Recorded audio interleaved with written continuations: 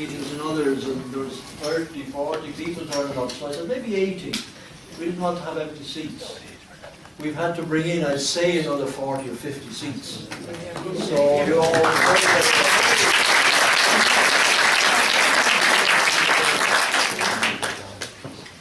okay, we'll make a start. You're all very, very welcome. As I say, delighted to see such marvellous numbers coming out to hear why we should retain the Eighth Amendment and protect our unborn children, our future Irish generation. That's what it's all about. We have 4 marvellous speakers here, so I'm not going to give you a speech. I'll just do an opening. And as I say,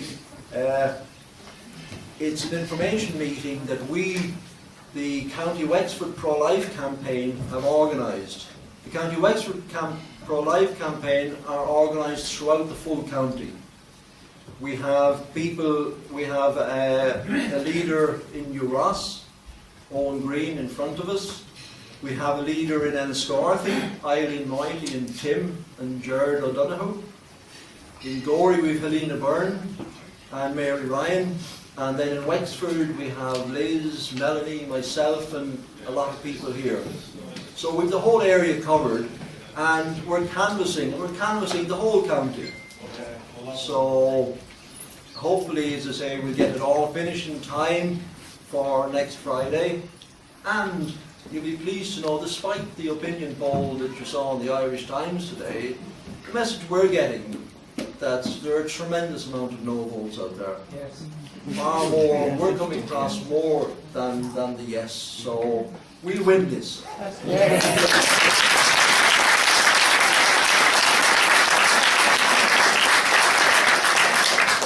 The main thing is that we make our decision that we're going to vote and we're going to protect the unborn, and then we're going to get down to the polls on Friday and we're going to vote. That's the main thing. There's no point in listening to it. There's no point in saying I'll do this, that, the other. The place to make your decision and make it felt is in the ballot box. Anybody, look out to your neighbour, your friends, anybody. There may be people who might not be able to get to a polling station. Keep an eye out for them and make sure that if anybody needs assistance that they get it. You can contact any of us in Wexford Pro-Life or whoever to get people out. Now there's been a serious change that people only discovered today. The people who poll in the CBS National School, anybody who polls, has been polling there for years and years, that was suddenly changed. And they now have to go to Kennedy Park. No notice. The only notice that the people got is on the polling card. So Magella rang up Wexford County Council today and put onto the county registrar to ask why these people weren't notified. And her answer was they didn't have the manpower. But they've undertaken to put it on local radio. Is that right, Magella?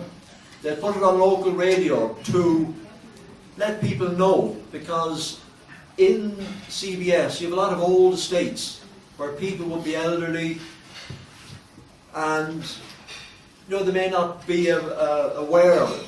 So as I say, just for anybody who would poll in the CBS, keep an eye out for your neighbours. If you see them, remind them that it's not in the CBS, it's in Kennedy Park School that they'll be voting. Okay, the reason why we're here. In 1983, the people of Ireland decided to insert the following amendment into our Constitution, and I'll read it for you. The state acknowledges the right to life of the unborn, and with due regard to the equal right to life of the mother, guarantees in its laws to respect and, as far as is practicable, by its laws to defend and to vindicate that right. It's 3-4 lines, that's all it is. It does not impact on anybody else's rights. No woman's rights are affected by it. It merely grants a right to life for a class of human being called the unborn child. The reason the amendment was put into the Constitution was that in 1967 abortion was brought into England. In 1973 it was brought into the United States. And people of Ireland in the late 70s, early 80s felt that our Constitution is an excellent Constitution, one of the best in the world. But very, very clever people thought at that time that a Supreme Court could interpret the citizen in the Constitution as not comprising an unborn child. An unborn child could be ruled to have no rights because it wouldn't be considered to be a citizen. So people sort of said, why do we bring in the Eighth Amendment? It wasn't needed, etc., etc. Proof of the pudding was in March this year, the Supreme Court ruled that the Irish Constitution, the only protection for the unborn child in the Irish Constitution is the Eighth Amendment. There is no other rights for the unborn child in our Constitution. So that mitigated, that made clear that the people who brought in the Eighth Amendment were so right. They could see it. And weren't we lucky they did? Yes. So that's why we need to keep that Eighth Amendment, because if it goes, our unborn children would have less rights than some species of animals that are protected, or for various other protected species, they would not have any protection. So, if we decide to repeal the Eighth Amendment on next Friday week, what we will be doing is we'll be striking out all protection for the unborn child in our Constitution. No other country has removed a right to life for a class of human being from a Constitution. We have had atrocities over the years, but no country has ever asked its people, do you want to remove the right to life for a particular class of human being? No other country. We in Ireland, if we vote on Friday, that yes, we the people of Ireland, we don't want our unborn child to be protected.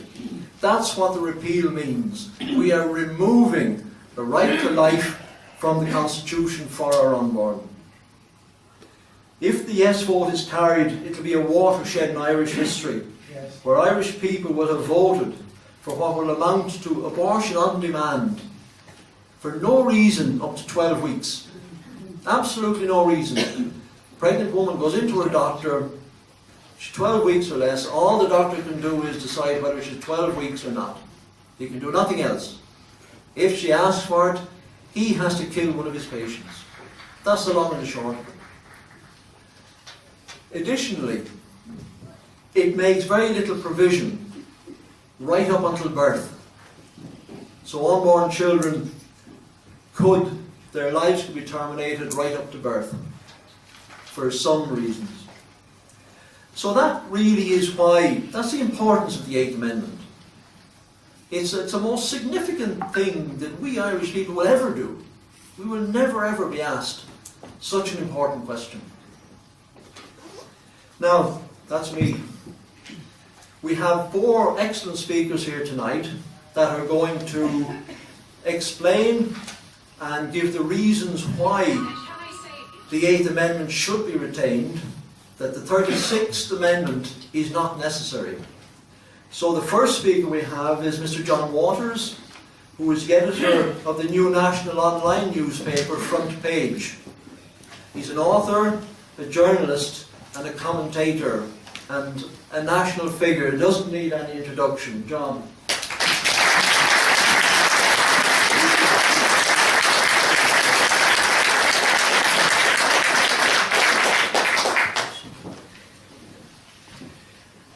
Our second speaker is Dr. Ronan Cleary, a GP registrar, currently based in Dungarvan, County Waterford, and is a member of Doctors for Life, and is driven from Dungarvan today to be with us.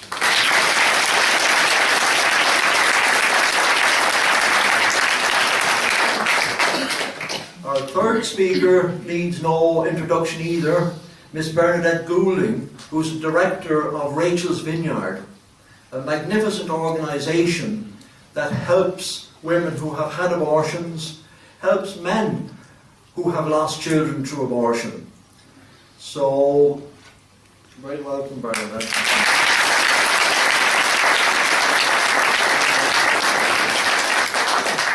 And our final speaker will be Dr. Trevor Hayes, who is a consultant obstetrician gynecologist a member of the team of the Women's Health Group in Kilkenny, and also been awarded as Obstetrician of the Year 2018.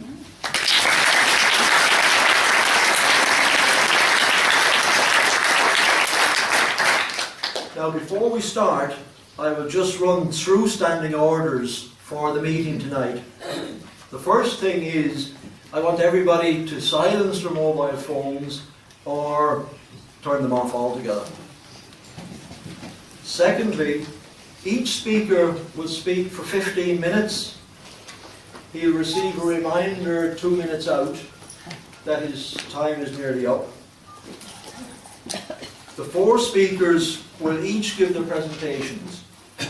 There will be no questions until the last speaker has finished. We will then have a question and answer session. So anybody who wishes to ask a question are more than welcome to do so. But because we've such a large number, only one question will be permitted from each member of the audience, so as to allow as many people as possible to ask a question. Once a member of the panel gives his or her answer, the next question will be taken. A discussion won't be entered into from a question or any member of the panel. Otherwise, 2 or 3 people could keep it up all night. So for that reason, it'll be limited. There will be a roving microphone, which I haven't seen. Have we got the roving microphone? Yeah. As I say, we should have a roving microphone. So if anybody afterwards wants to ask a question, I will ask them please stand up and ask their question. Now, if anybody doesn't get a chance to ask a question or would like to speak with our speakers after the meeting, please feel free to come forward. Okay, now that's the end of the housekeeping. So I'll ask John to come and give his presentation.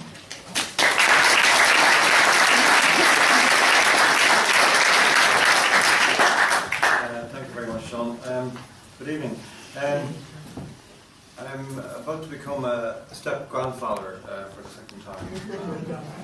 And my stepdaughter Sarah is pregnant. She's, I think, about 23 weeks now, so she's well over the halfway mark. And when the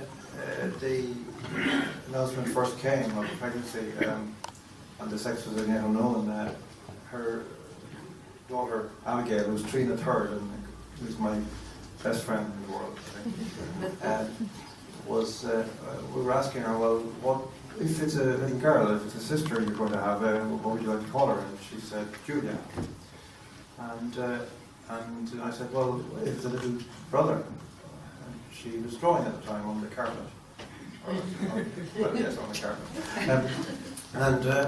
I said, well, if it's a boy, if it's a little brother. And she said, Tom. And that kind of really seemed to me to be right, because Tom is a longer, popular name. It was my father's name. Well, it would be nice if it was Tom, but I don't think it will. But he's still Tom in my mind now, at 23 weeks. And I've been talking about him around the country, because I think this is very interesting, you know, that it's one of the reasons. If you actually think, why are we here? I've broken it down to 3 phenomena that allow us to actually be in the situation that we're in, which is to contemplate the unthinkable, to be considering questions that are obscene, to be listening to people debating issues that should not be even discussed among human beings, or mind between Christians. And the 3 phenomena are, first of all, that the idea that abortion is already available in a near jurisdiction, and that sort of normalizes it, and seems to suggest that it's something normal and everyday, and not that all your kind of repugnance and moral qualms are somehow misplaced. That's the general sense of things, that this is about being modern in a modern society, and you're just backward. That's kind of part of what's... And so your repugnance is actually misplaced. You just don't understand things. And then the second one is, of course, that the whole nature of our conversation is so deeply corrupted in modern society that, we don't actually anymore have a media, a press. We have instruments of propaganda. Yes.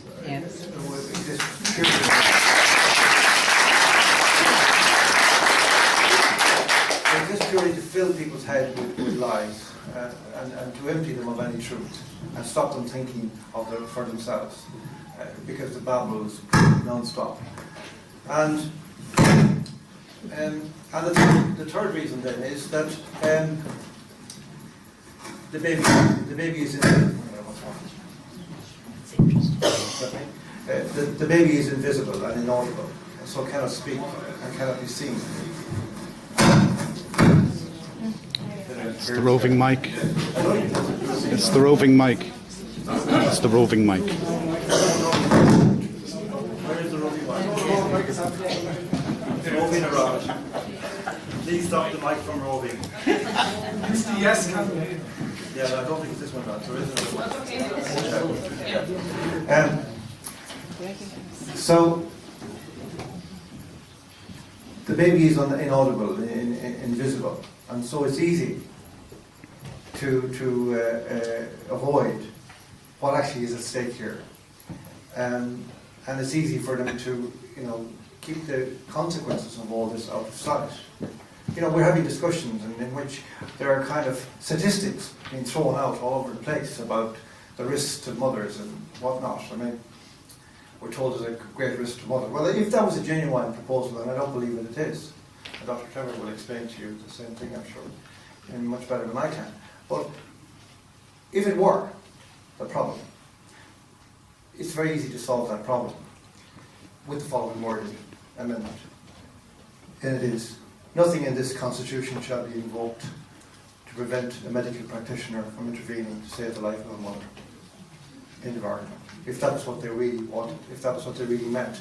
But of course, with all of these so-called hard cases, what they're trying to do is contrive to have battering rams to break down the resistance to industrial abortion. This is about industrial abortion in Ireland. And so the situation with you can't talk about the abortion, you can't describe an abortion, you can't show a picture of abortion. Guards will take, if you try to have a poster on the street with anything in the slightest bit truthful about abortion, the guards will come and confiscate it. And there is no known law that justifies such a thing, but they will do it. And this is really totalitarian. And that's essentially what this is. It is a totalitarian symptom.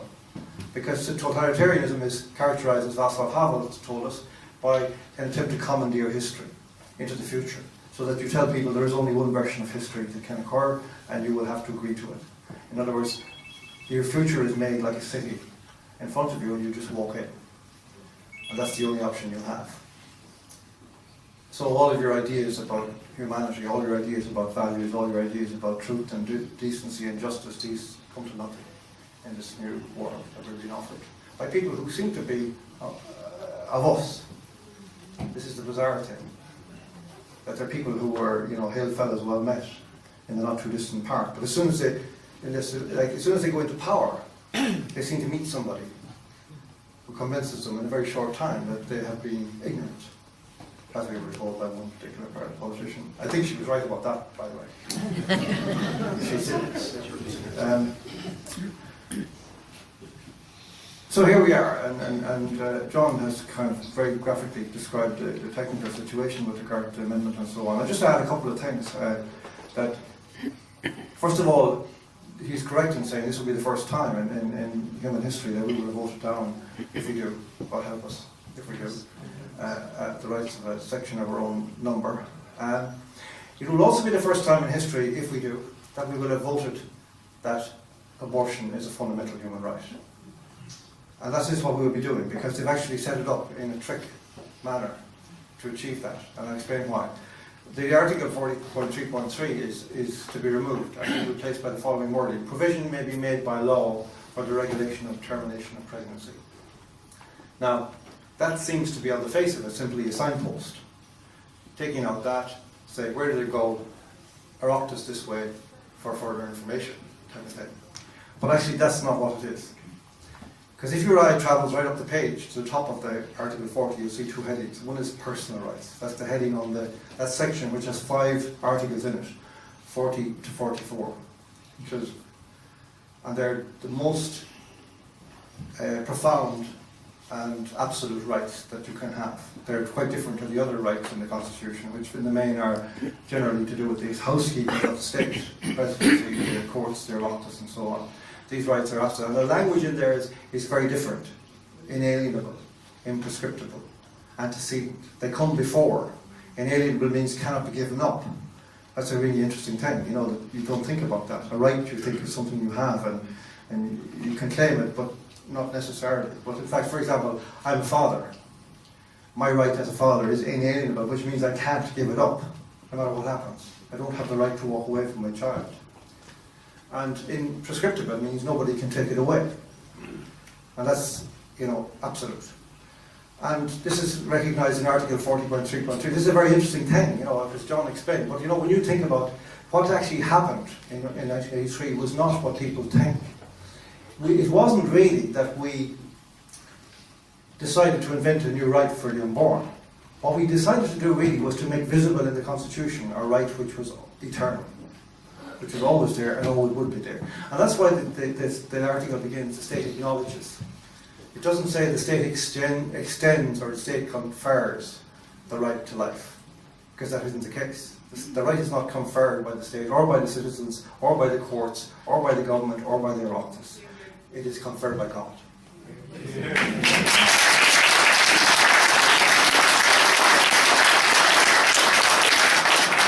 And if we go back to the beginning of the Constitution as a preamble, it begins in the name of the Most Holy Trinity, in whom is all authority. So that tells us where the bedrock is. Now that's interesting because in this modern society we're being told that we have to keep religion out of politics. Fine, I don't mind. But I want to just say to people that there's something here that even secular atheists, no matter how radical they are, need to pay attention to.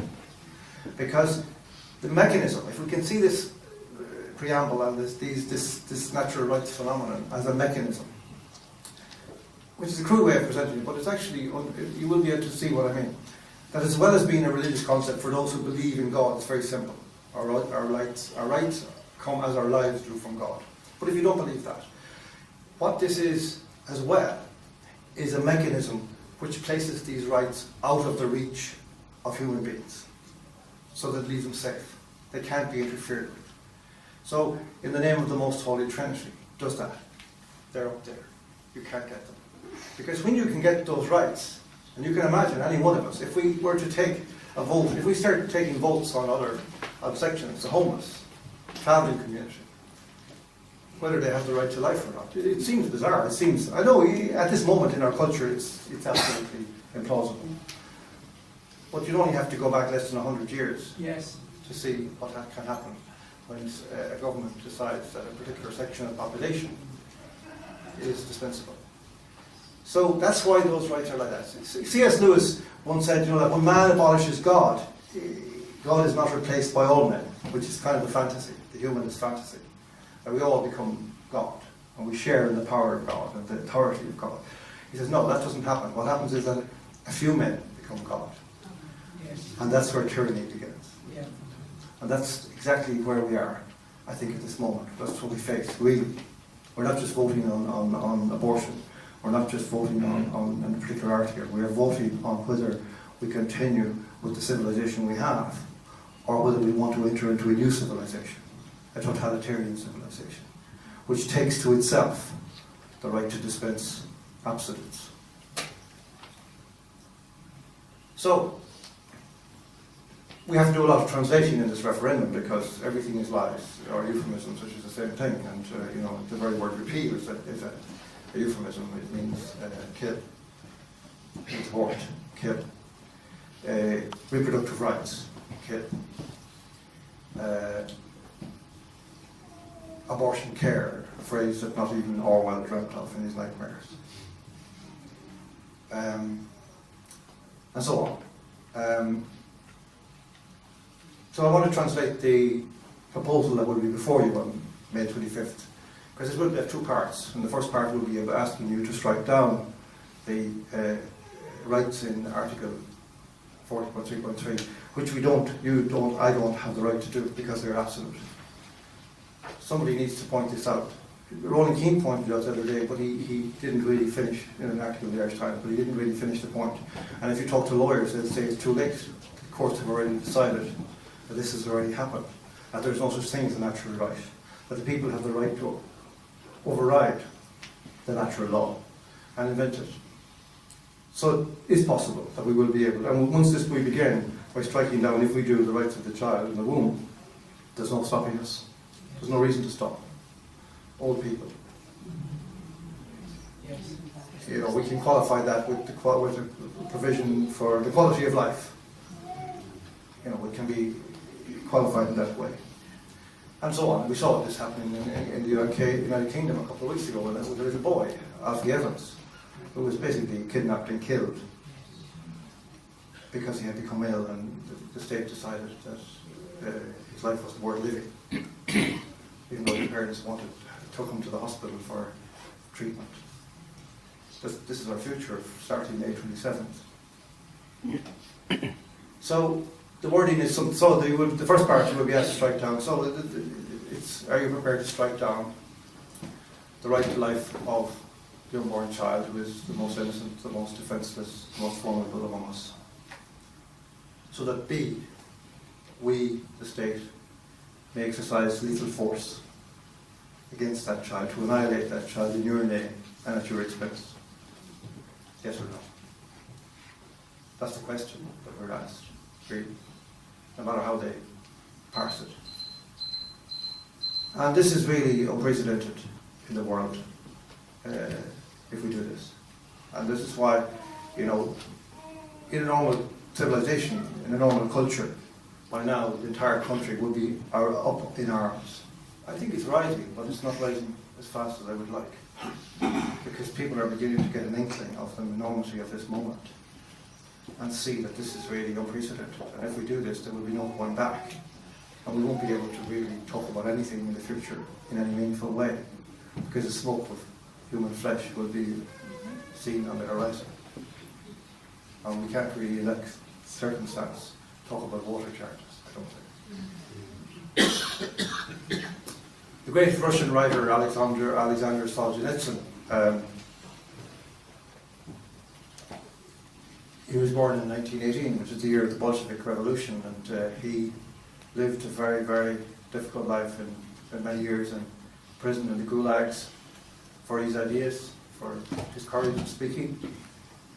He wrote 10 books and was one of the great intellectuals of the 20th century. The Gulag Archipelago was his great book. And towards the end of his life, he was asked, you know, about all of this history. What happened? How does this happen? Because, you know, communism in the Soviet Union killed over 100 million human beings. Much more than Nazism. Almost as many as Maoism. But all three together, you know, it's unimaginable, the deaths that were caused by these ideologies in the 20th century. But Solzhenitsyn was asked, well, what did you...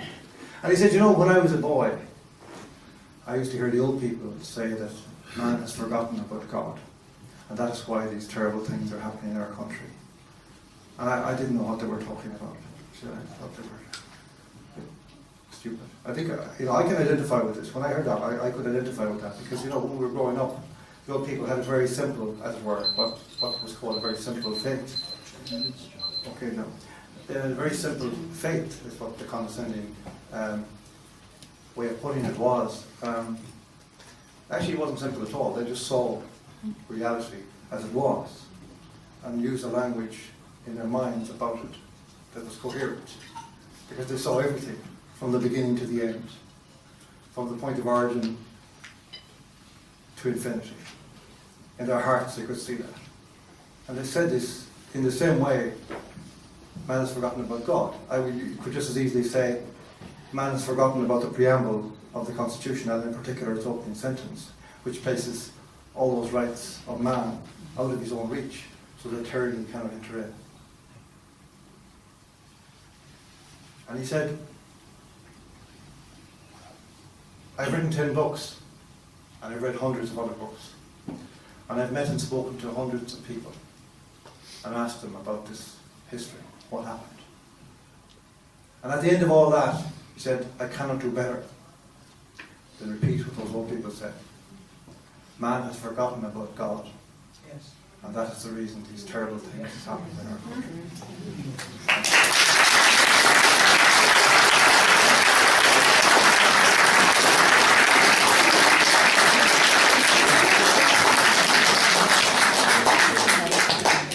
Thank you very much, John, for that thoughtful and deep understanding of our life and Constitution.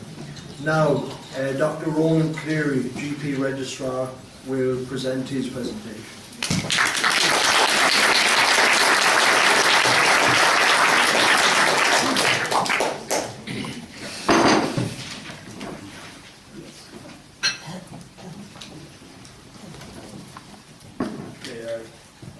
Good evening, everyone. So my name is Dr. Ronan Cleary. I'm a GP registrar. I'm currently based in Dungarvan. Okay, you can probably tell from my accent I'm not a local of Waterford, but my father was from Tipperary and my mother's from Wexford actually. She's from a couple of miles outside Galbally near Enniscorthy, so I'm half a yellow belly. So basically I'm just here to talk to you today for Doctors for Life. Okay, so I'm here representing them tonight. Okay, so Doctors for Life is, I've only recently became aware of them about, say, 8 to 9 months ago when I seen the referendum on the horizon and I decided to become involved. Okay, so, but Doctors for Life itself is an organisation set up on one of the founding principles of the medical profession, which is upholding the right to life for all of humanity, no matter what stage of life, whether it be before we are born or at older age. The right to life is our first and guiding aim. Okay? So Doctors for Life is clear that the forthcoming referendum is about the right for someone to choose whether they end the life of their unborn child. It has nothing to do with the doctor's ability to best medically treat a pregnant woman or their unborn child. This is actually already enshrined in the 8th Amendment, and more recently also in the Protection of Life of Pregnancy Act 2013. If I thought the 8th Amendment as a doctor placed a woman's health at risk, we as an organisation would not be opposing its removal. However, it does not. It does, however, guarantee the right to life of the unborn. That right to life, okay, is an inherent, as John said, is inherent in all of us. It is not reliant on ink on paper, but is inherent in all of us because we, as fellow human beings, exist. Well, so I suppose the rest of my speech is just to sort of outline 8 reasons why I believe the 8th Amendment should be retained. The 8th Amendment, as you know, is a progressive amendment. The 8th Amendment was enshrined in the Irish Constitution in 1983. The fact that it's progressive has actually been borne out by the development of ultrasound techniques which show the advanced development of the child from this early age. For example, the baby's heart starts beating at 21 days. The 8th Amendment, in its very core, recognises that there are 2 human lives involved in a pregnancy. I think this is something that the yes side are refusing to adhere to or recognise. There are 2 human lives involved in a pregnancy. And additionally, from our point of view as doctors, 2 patients. The second point, women's safety. As I said, the 8th Amendment does not bind the hands of healthcare professionals from giving treatment to pregnant women, even treatments which may, unfortunately, prematurely end that pregnancy, albeit that this is a rare occurrence. The 8th Amendment is very clear. If there's a risk to the mother during pregnancy, whatever action is required to protect the mother can and does take place, even if that means, unfortunately, the unborn child does not survive. Consequently, it is untrue to say that the 8th Amendment prevents doctors from giving pregnant women the care that they need. That is actually an untruth. Rather, it simply protects both the mother and the child. Another reason to keep the 8th Amendment is the child's development. The proposed cut-off point of 12 weeks for abortion on demand, chosen by this government, is completely random and arbitrary. A child at 12 weeks gestation is just that, a child. Just 12 weeks into beginning his or her amazing story. Even at just 6 weeks, the baby's eyes and eyelids, nose, mouth and tongue have formed, and brain activity can be detected at 6 weeks. By just 12 weeks, the child is continuing to develop at a rapid pace and can be seen sucking its thumb and moving in the uterus. Yet this government seeks to deny this child his or her humanity by stating that at 12 weeks, her life can be ended, can be snuffed out. This is not healthcare. The position in the UK. Now, the position in the UK, the reality is that 1 in 5 pregnancies end in abortion, with the law being little more than a rubber stamp to abortion on demand. The law in the UK is not respected and is not abided by.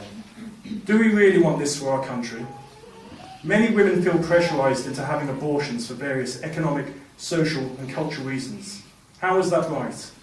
Why is this government not helping and alleviating child homelessness and poverty within the very social class where most abortions traditionally take place? We should be building a healthcare service that is built on the pillars of care and compassion, which values life at all stages, not one where it's permissible to kill unwanted babies. Another reason to keep the eighth is regards to their practice of babies being aborted in the womb because they have Down syndrome or other genetic conditions. 90% of babies diagnosed in Britain with Down syndrome are aborted. Denmark plans to become Down syndrome free by 2030, whilst Iceland already claims to have no babies born with Down syndrome. To abort a child and end a human life purely on the basis that it does not meet some subjective standard of perfection is deeply disturbing. It also sets a precedent which, if followed to its conclusion, would mean all babies in the womb would be subject to certain tests before being allowed to be born.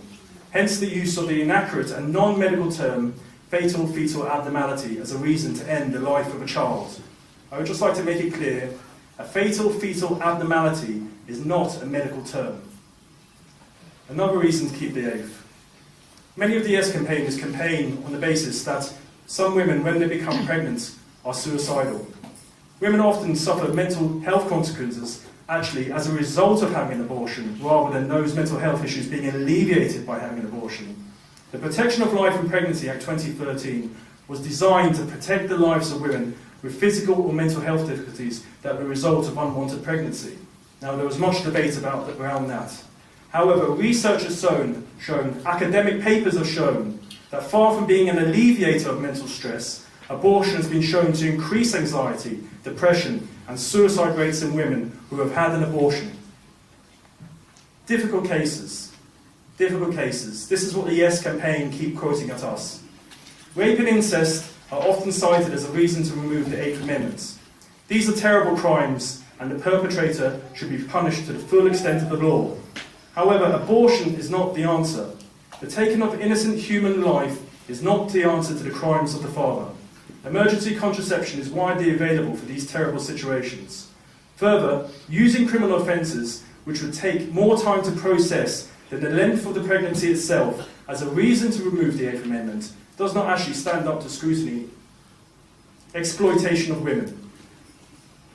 Alice Paul, who was a suffragette and feminist in England 100 years ago, stated that abortion is the ultimate exploitation of women.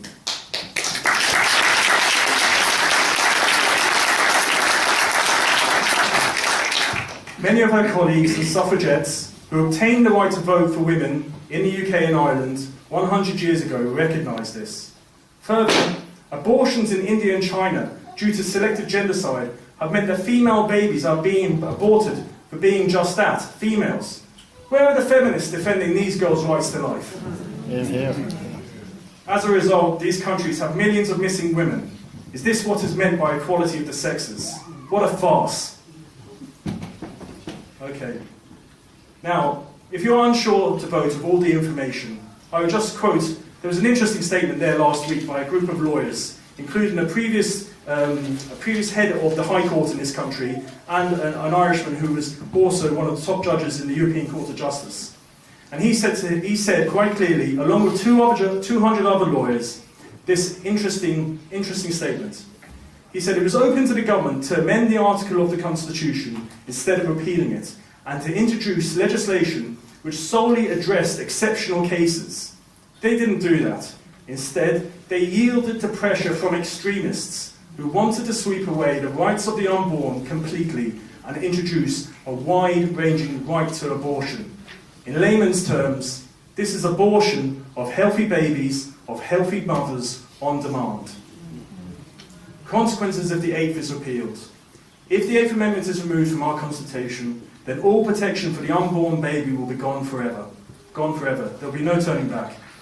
Abortions will occur. 97% of abortions will occur in Britain and in this country. Abortions will occur of healthy babies, of healthy mothers, for no reason required up to 12 weeks, and for tenuous mental and physical health grounds thereafter. Pregnant women and their unborn children will therefore no longer have the protection that the 8th Amendment has afforded. Instead, the unborn child will be at the whim of politicians. At the whim of politicians to introduce liberal abortion legislation that could even see women travelling from the UK and further afield to have abortions in this country. That is how liberal the abortion law that has been proposed of Varadkar and Harris. If this referendum is passed, the right of healthcare professionals also to conscientiously object to abortion and practice as doctors, midwives and nurses has not been guaranteed and is far from certain. If the 8th Amendment is saved, what will happen if the 8th Amendment is saved? Because we don't often hear that. Irish babies and mothers will continue to have high quality healthcare, which is amongst the best in the world and which we should all be proud. We will not have abortion of healthy babies and healthy mothers. The inherent right to life that John so eloquently spoke about of the unborn child will continue to be enshrined in the Constitution. We will save countless lives for future generations of Irish people yet to be born. We will have taken on the political and media elite clique which is attempting to railroad this country into abortion on demand. Those are the reasons that I will be voting no on the 25th of May, and I encourage you to do so as well.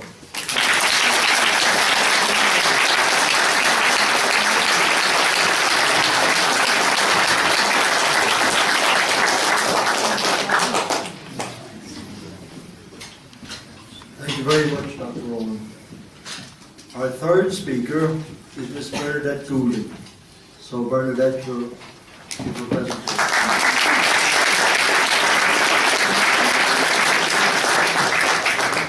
Good evening, everyone. Good evening. It's a pleasure to be here. So I suppose I stand here today to represent all the women all over Ireland who regret their abortions. You know, I was reading a book recently called Giving Sorrow Words. It was a book about women who had abortions, who regretted them. And the first line in the introduction to the book was, "This is a book about women who don't exist." Does the silence of post-abortion women mean that we're happy with our abortions? No. The silence of women and men who regret their abortions is a form of self-defense. Abortion truths remain locked away in the deepest recesses of a woman's heart, surrounded by many other lies to maintain the big secret. There's also another constraint to women's grief. The politics surrounding abortion have drowned out the voices of women and men who suffer after losing their children to abortion. Why? Because the charged nature of the subject and the pressure to maintain family secrets. Women don't talk about their abortions as readily as they talk about other pregnancies. It simply doesn't lend itself to casual conversation. It's a very big secret. I know, because I carried that secret for so many years. I hear it on a regular basis from medical personnel who say that women who regret their abortions and who say they suffer from depression must have had some pre-existing mental health conditions. Emotional trauma after abortion is treated with disdain and dismissed by abortion advocates as an invention. I was going to share with you there what an eminent psychologist in America, I hope I'll have time, a psychiatrist and obstetrician from the United States, and also a long-term advocate of abortion, had this to say, and I quote, "Every woman, whatever her age or background, has a trauma at destroying a pregnancy. A level of humanness is touched. This is part of her own life. When she destroys a pregnancy, she is destroying herself. There is no way it can be innocuous. One is dealing with the life force. It is totally beside the point whether or not you think a life is there. You cannot deny that something is being created and that this creation is physically happening. Often the trauma may sink into the unconscious and never surface in the woman's lifetime. But it is not as harmless and casual an event as the pro-abortion crowd insist. A psychological price is paid. It may be alienation, it may be a pulling away from human warmth, perhaps a hardening of the maternal instinct. Something happens on the deeper level of a woman's consciousness when she destroys a pregnancy. He said, "I know that as a psychiatrist," unquote. You hear a lot today about the journey that women have to travel to access abortion. Well, I didn't have to travel. I was actually living and working in England at the time. And you know, I've openly shared my story of regret all over the world. Each time is as difficult as that very first time. To be silent no more at a public level is a difficult calling, I have to tell you. Each time I relive the horror of choosing to end the life of my first child. I grieve again for this child that I will never hold this side of heaven. Truly, by exercising my right to choose, my baby's heart was stopped and my heart was broken. I denied my child of life, and the realization that my aborted child represented a branch of my family tree, not just my child's life, but the possibility of generations to come had ended. All my child's life experiences were taken away because of a choice, my choice. Today, the famous buzzword is freedom of choice. Well, I have to tell you, it's not freedom, it's a prison for regret, self-hate, grief and shame. My abortion was supposed to be a quick fix for my situation. Nobody told me there's no quick fix for regret. Something non-human doesn't become human by getting older and bigger. Whatever is human from the beginning. My baby had his own DNA, own functioning heart, separate from mine. You know, it's easier to have an abortion if you can convince yourself that there's nothing there.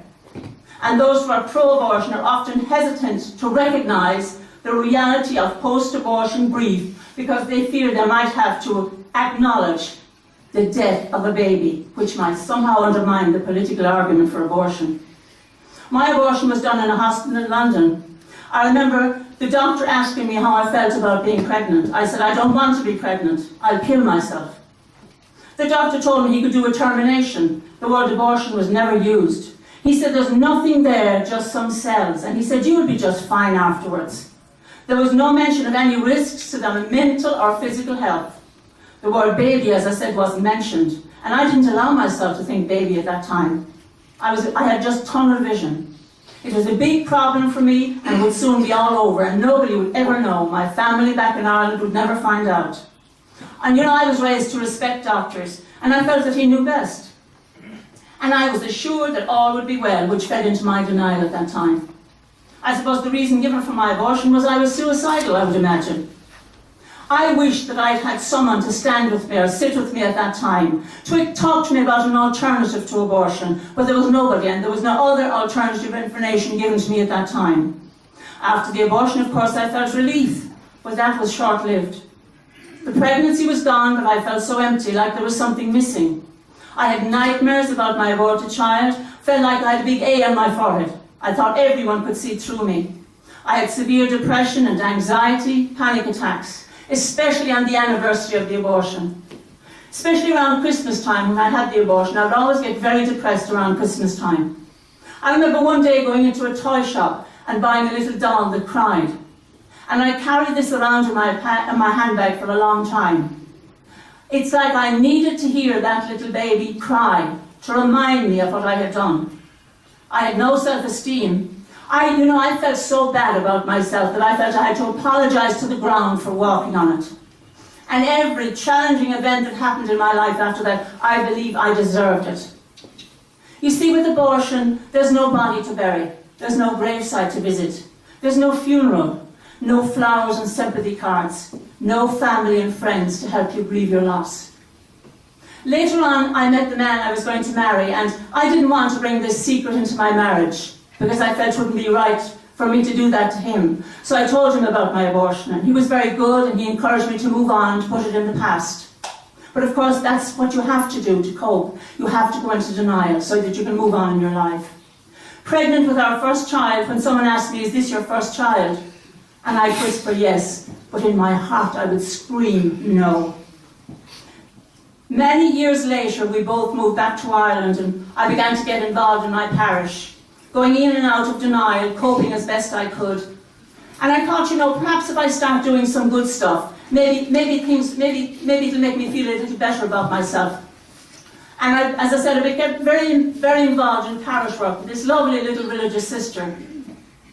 And at the end of a weekend, we just worked together on a program in the parish. She was always applauding me, always saying to me how wonderful I was. But I felt such a hypocrite.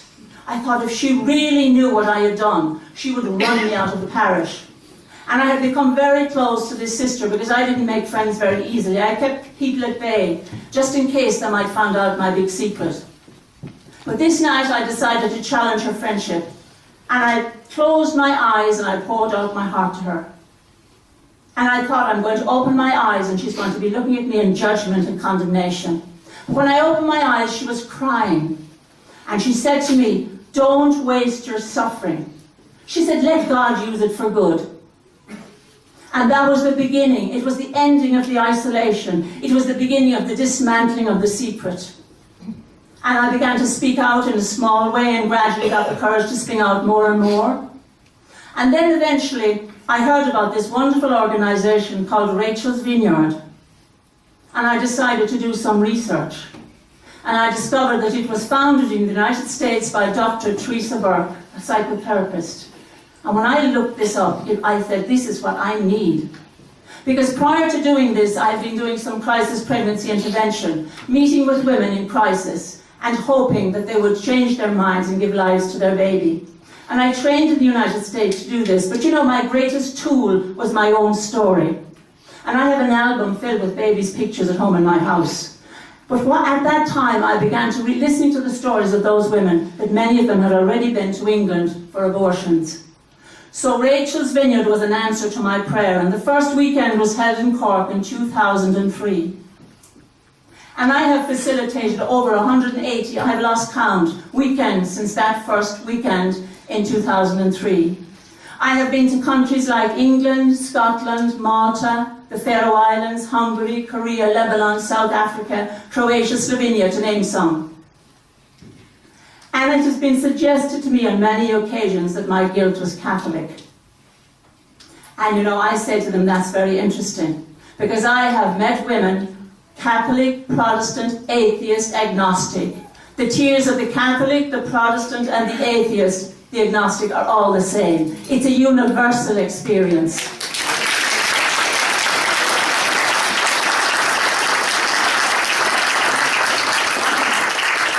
Of course, we're being told quite a lot that it's a woman's issue.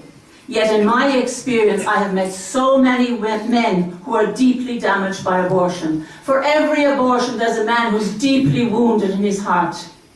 I've heard the stories of men who suffer from depression, anxiety, self-hatred, and shame and broken relationships.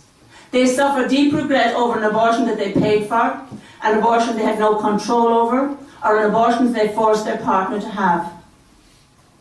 And in 2011, a friend of mine, another post-abortive lady, and I set up a group called Women Hurt. And the purpose of this was to reach out to other women and men who regretted their abortions and to offer them hope and help. We hoped that other groups would support us in this effort. We were horrified when the National Women's Council of Ireland launched an attack on us. In the Sunday Times of June 19, 2011, Susan McKay, the then director of NWCI, described Women Hurt. We had a billboard campaign around the country for 3 weeks. She described Women Hurt's national billboard campaign as harsh and cruel. And on my billboard, I said they told me abortion would take away all my troubles. They just gave me bigger ones. And there were many other quotes underneath our photographs all around the country. So what was harsh and cruel about that, I don't know. But that's what she deemed it, harsh and cruel, making women feel guilty. She contacted the founder of Rachel's Vineyard in the United States and asked her, was she funding our campaign? She was so concerned, where were we getting the money? And Dr. Burke responded that she was not funding us and asked her why she would want to suppress the real experiences of women who regret abortion. It obviously shows that she values abortion more than women. And you know, there are other victims to this great tragedy. The tentacles of abortion reach into many lives and cross all generational lines. It affects everyone involved in that decision. There are the wounded family and friends, grandparents of the aborted children, siblings of the aborted children, and the doctors and nurses. I have had grandparents, siblings, and nurses on my weekend retreats. It is no respecter of professions or persons or whatever. You know, I visited women in psychiatric hospitals. I remember one lady who was admitted in a dreadful state, and she got my number and called me, and I went to visit her. And her psychiatrist said to her, "You're not still worried about that, are you? It's only a clot." It was only a clot. Well, that woman had a nervous breakdown over that clot. We women who are regretting our abortions, we're not grieving over cells or products of conception. We're grieving for our lost children. And I have a beautiful letter here that one man that attended my retreat, a man, I have to add, in his late 70s, and that abortion happened in his 20s. And I've had his permission to read this, and this is what he said. "It is said that it is only necessary that good men remain silent, that evil may flourish. Although I do not claim to be a good man, I must speak now because evil is certainly here and gaining ground. That evil is abortion. I know, being instrumental in having my child aborted, there, even as I write those words, a chill runs through me. I cajoled, pleaded with, insisted on, and financed a woman who loved me to abort our expected baby, travelling over to England to do so. We hear a lot about women hurt by abortion, but I must state that it is people who are hurt by abortion.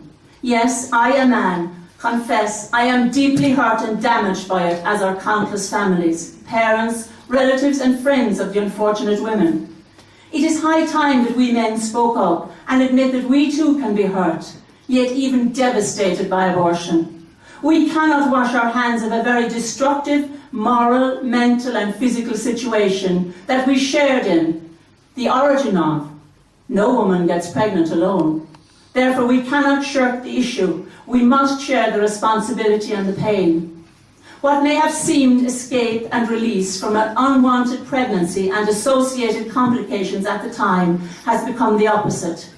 Doubtful temporary relief has become permanent remorse and regret. Each day, practically, I grieve for my action and unborn child.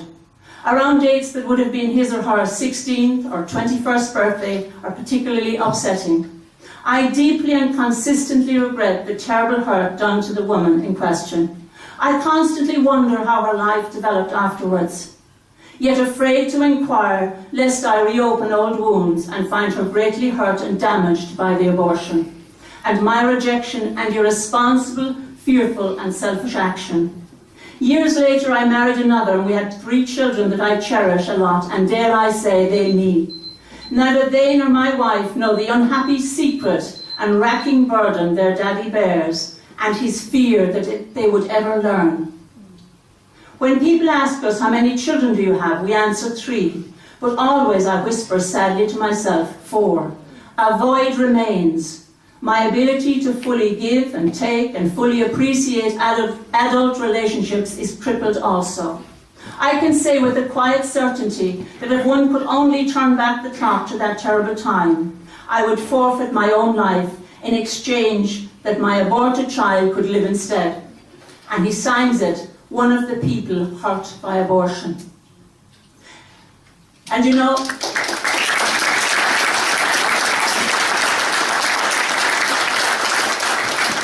as we were driving here today, I noticed all the different posters on the side of the road. On the yes posters, I saw the words women's health, compassion, stop shaming women.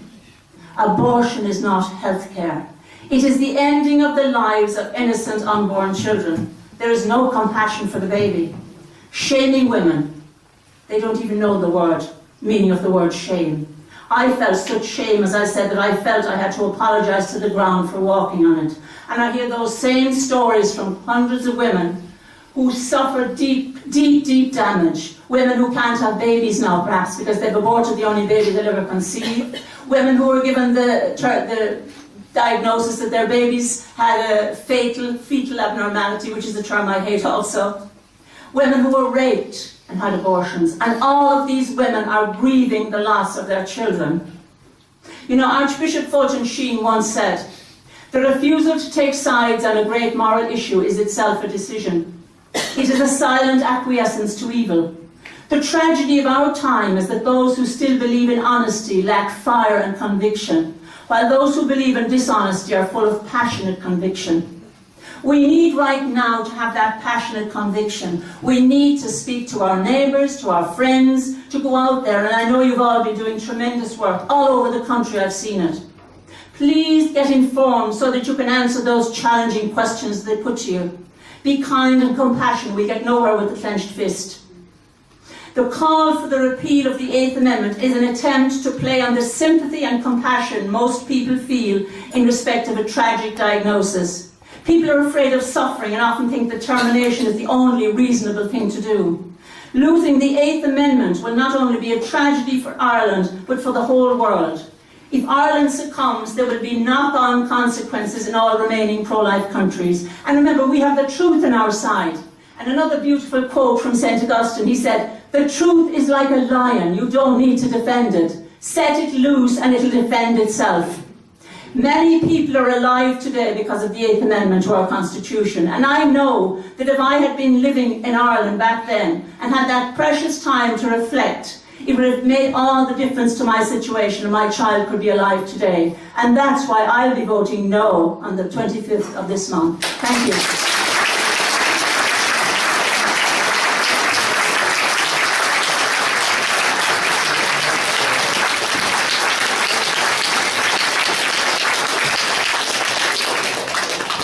Thank you very much for that.